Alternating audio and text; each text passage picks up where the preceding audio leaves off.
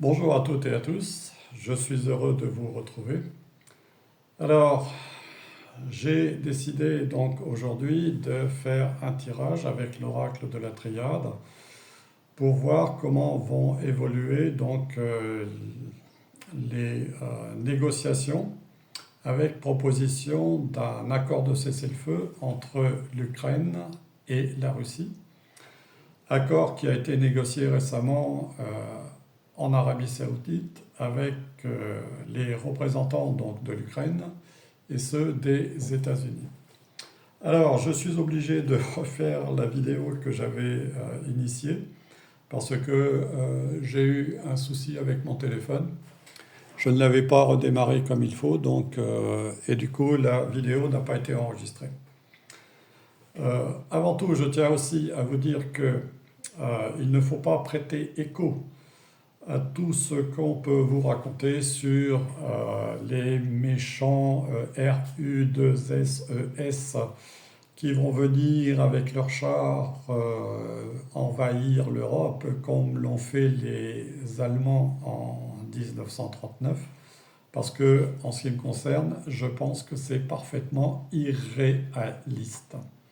Irréaliste dans la mesure où si vous considérez la situation économique, celle de la Russie est loin donc d'être mauvaise, au contraire de celle de l'Europe d'une façon générale et de la France en particulier. Vous devez d'ailleurs, je pense, vous interroger sur ce que cachent en fait tous ces discours, toute cette rhétorique guerrière. Qu'est-ce que cela cache et quelles sont les intentions des dirigeants qui se cache derrière toutes ces déclarations en agitant le chiffon rouge et en vous disant ah là là, attention, il va y avoir la guerre avec les Russes, etc. etc. J'ai même lu récemment un article qui m'a fait un peu sourire de Science et Vie qui disait aux gens comment s'abriter dans les bâtiments en cas d'explosion nucléaire. C'était d'un ridicule achevé parce qu'en cas de ridicule, en cas de, pardon, d'explosion nucléaire, même si vous vous abritez dans un bâtiment, vous avez peu de chances déjà d'échapper à la chaleur dégagée par une bombe nucléaire d'une part et aux radiations d'autre part. Voilà. Alors je pense que tout ça n'est guère sérieux, mais que derrière il y a quand même des intentions.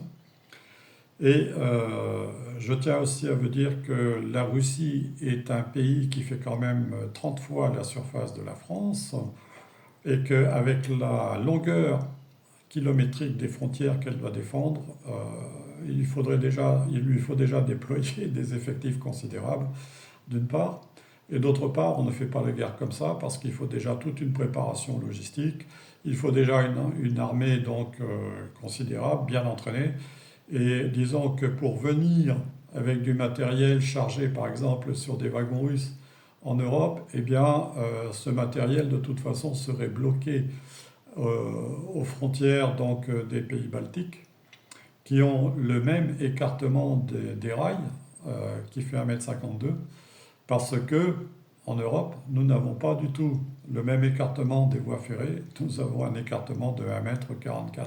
Alors déjà, il y aurait une impossibilité technique. Quant au fait de voir une armée complète débarquer sur des camions, etc. et autres, je vous rappelle qu'en 1939, il n'y avait pas de satellite qui observait tout ce qui se passe sur la Terre. Ça n'est plus le cas aujourd'hui. Donc une armée russe serait très vite détectée et forcément combattue, déjà à l'avance. D'autre part, compte tenu du nombre de sous-marins que les Russes possèdent, des sous-marins d'ailleurs indétectables par le système de la magnéto-hydrodynamique, il faudrait déjà pouvoir savoir où est-ce qu'ils sont positionnés. Et comme l'a dit d'ailleurs récemment Vladimir, avec le développement des techniques qu'ils ont donc très avancées par rapport à l'Occident, de missiles hypersoniques, en moins de 20 minutes, on pourrait facilement écraser non seulement la France, mais aussi l'Angleterre, etc. À mon avis, ça n'est pas véritablement l'objectif des Russes qui sont en train de se développer au niveau des BRICS. C'est plutôt l'agitation de l'Union européenne Et comme je vous dis, essayez de bien comprendre tout ce qui se cache derrière. Alors maintenant, j'en reviens à mon tirage et ma question de clé. Donc, euh, je vais refaire donc l'interprétation puisque ma première vidéo n'a pas été correctement enregistrée.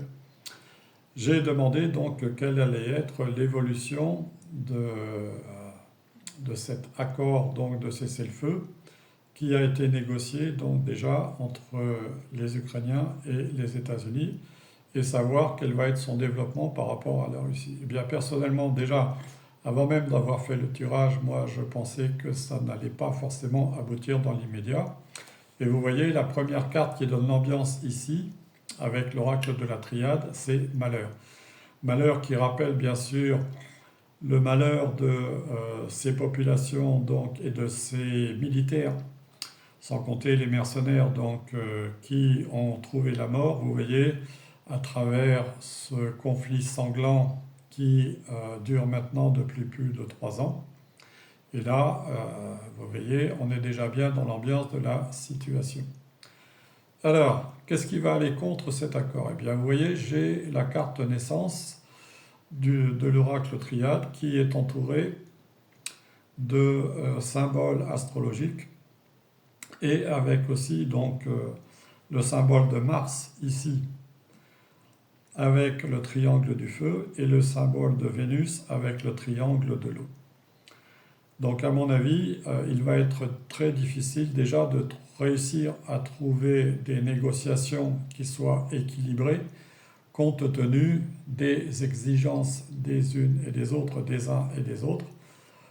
Et à mon sens, le danger que représente le fait que les États-Unis réarment l'Ukraine après avoir dit qu'ils allaient bloquer l'armement et de leur redonner la possibilité d'avoir des transmissions, c'est que les Ukrainiens eux-mêmes continuent à faire la guéguerre tout en ne se pressant pas de négocier. Alors quel serait le conseil que l'oracle donnerait? Eh bien, vous voyez, ici, on a la carte élévation. C'est-à-dire que ce serait déjà de dépasser les clivages, de dépasser la haine et les dissensions et d'essayer véritablement de faire preuve de sagesse et de raison. Alors, le résultat ici que j'ai obtenu, j'ai isolement. Alors, isolement, vous voyez, c'est pratiquement un symbole qui est équivalent au signe carcère de la géomancie, carcère qui signifie l'emprisonnement, le blocage. Vous voyez, donc on peut sentir que quand même il va y avoir pas mal de réticences avant la signature de cet accord.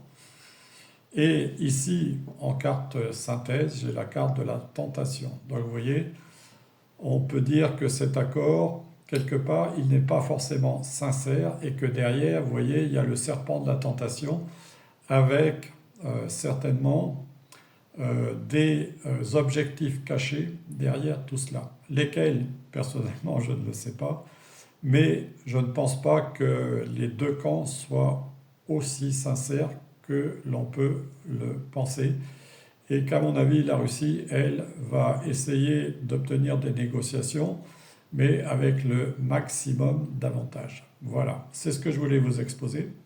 Je vous remercie de m'avoir écouté. Je vous dis à bientôt et je vous embrasse toutes et tous.